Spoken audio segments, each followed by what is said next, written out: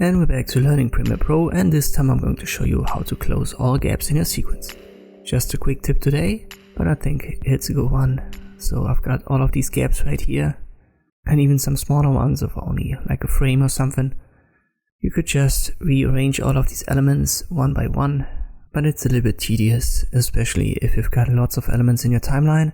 So what you can do instead, just go to sequence and there's a close gap function, click on it, and all of the gaps are closed. Let me press Ctrl Z, and you can see that also these small gaps, where there's only this one frame gap, these are closed. So it's a good idea to use this function whenever you're ready to export. That way you don't miss like these small gaps that might be there and screw up your whole video so that you have to export it again. If all gaps are closed and you use this function, let me just do this. So sequence, close gaps. Absolutely nothing happens, so you can't screw up anything by reapplying this function. And this how you can close all of your gaps in sequences in Premiere Pro. I hope this video was helpful, thanks for watching, and I'll see you next time.